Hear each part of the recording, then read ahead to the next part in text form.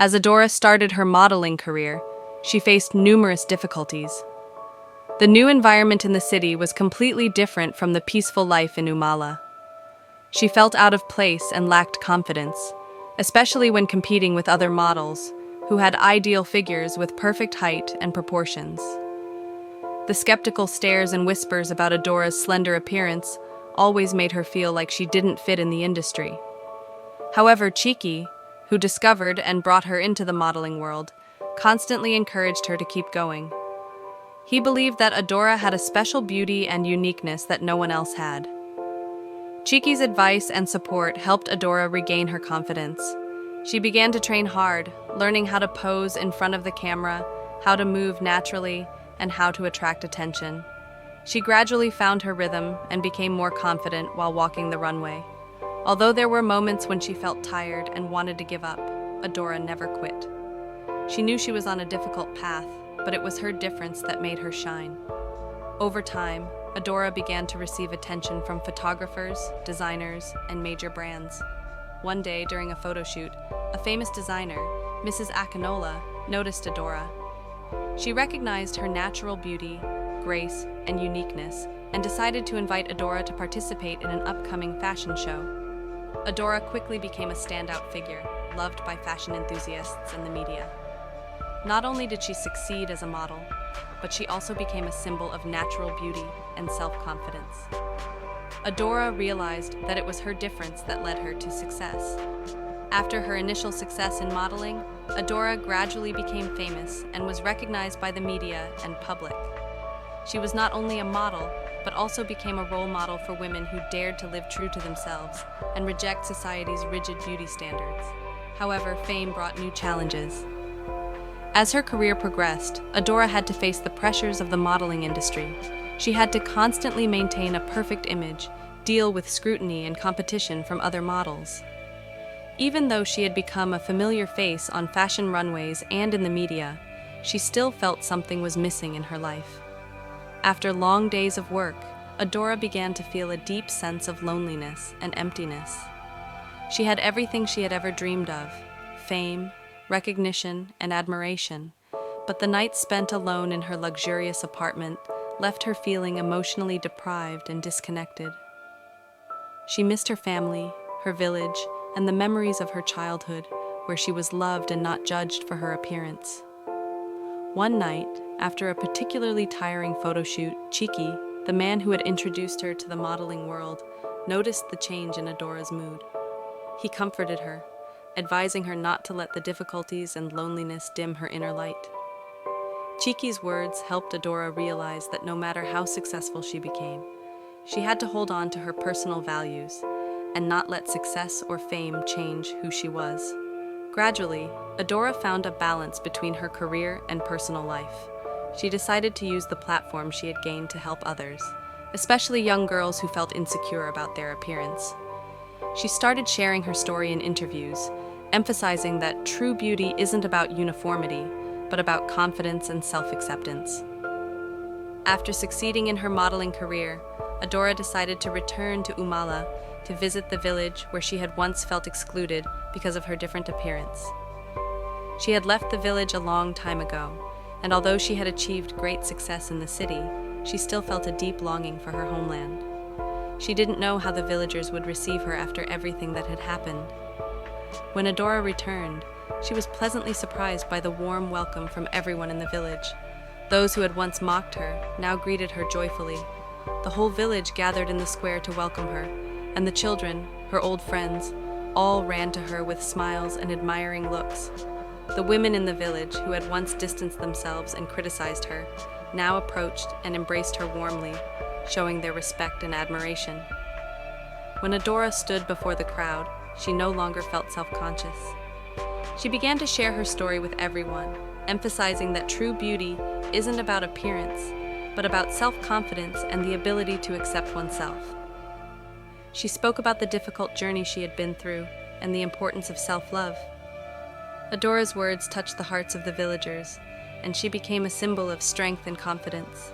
One morning, after drinking a particularly strong dose, Adora felt dizzy, exhausted, and unable to stand up. A sharp pain spread through her body, and she couldn't bear it anymore.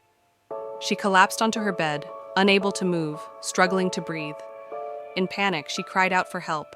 Her parents rushed in and found Adora unconscious, her face pale, and her lips turning blue. They quickly called for help from the villagers.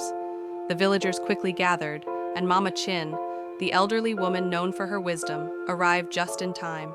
She immediately assessed Adora's condition and realized that she had ingested a toxic substance. Mama Chin scolded Adora, telling her that she shouldn't have followed such ignorant advice. She quickly prepared a remedy to counter the effects of the toxic potion and took care of Adora, reminding her that everyone has their own body and beauty, and there's no need to change oneself to meet others' expectations. After 3 days of fever and weakness, Adora finally woke up. Her body was still exhausted, but she realized that her difference was a gift from the gods, and she needed to learn to love herself instead of chasing society's superficial beauty standards. When Adora recovered and regained her strength, she began reflecting on what had happened. Although she no longer tried the misguided methods to change her appearance, she still struggled with feelings of insecurity. Once again, she had to face the village's judgment as she prepared for the annual traditional festival, where the girls would showcase their beauty and grace. Adora hoped that this year she would be treated differently, that she could confidently participate without being ridiculed like before. She spent a lot of time preparing for the festival, sewing a beautiful dress from the best fabric her family could afford. The dress, though simple, was elegant and highlighted her slender, unique figure. However, when Adora arrived at the festival, she was immediately met with mocking remarks from the other girls. They laughed at her appearance, saying her legs were too thin and that she couldn't dance like them. Adora felt once again that she had been cast out of the community. She tried to smile and join the dances, but the taunts echoed in her mind, preventing her from enjoying herself. She felt she couldn't bear the embarrassment any longer, and finally, Adora fled the festival, running to an abandoned shrine outside the village, where she sat and cried. There, Mama Chin appeared again and comforted her. She advised Adora not to let the shame and ridicule from others diminish her self-worth. True beauty is not in the shape, but in how you feel about yourself, she said. Adora began to realize that her difference was her strength, and what she once thought was a weakness was actually what made her special. Mama Chin encouraged her to persist in being herself and to trust that one day the world would recognize her true beauty. After meeting Mama Chin, Adora gradually realized that her difference was not something she needed to change, but was actually her strength. However, she still felt stuck and unable to escape the feeling of being an outsider in her community.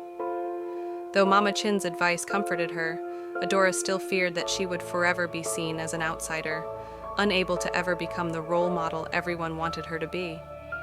She believed that only by changing her appearance could she be loved and accepted by others. While still struggling with these emotions, Adora unexpectedly received attention from a stranger. Chiki, a man from the city, came to Umala to attend the traditional festival. When he saw Adora standing alone, different from the other girls, he was drawn to her delicate and graceful beauty. Chiki, who worked in the modeling industry, realized that Adora had a very unique beauty, unlike anyone he had encountered before. He approached her and suggested that she try her luck in modeling, saying that with her unique beauty, she could succeed. Though initially skeptical and lacking confidence, Adora decided to give this new opportunity a chance. She left Umala with Chiki and went to the city to pursue a modeling career. At first, life in the city was overwhelming, with towering buildings, bright lights, and the hustle and bustle of people. However, Adora didn't give up, and despite facing many challenges, she slowly overcame her hesitation and insecurity. She became a model, gradually attracting attention from the media and designers, and from then on, her career path began to change completely. Adora is a girl born in the village of Umala, where all the women are admired for their full and healthy bodies, a source of pride for the community. However, Adora was different from the other women in the village. She had a slender figure with delicate skin and parts of her body that lacked vitality. As a child, she was often ridiculed by her friends and villagers for her unusual figure, with names like Stick or Skinny Girl. Although Adora always wanted to join in games and festivals with her friends, she was constantly excluded and felt she didn't fit the beauty standards of the village. She felt lonely, ashamed, and unable to integrate. From that point, Adora was determined to change herself. She began eating excessively, consuming dishes like yam, fufu, and palm oil stew at every meal, hoping to gain weight and resemble the other girls. However, despite her continuous efforts to eat more, Adora's body remained unchanged, and she felt like a failure. These futile efforts only made her more desperate and discouraged.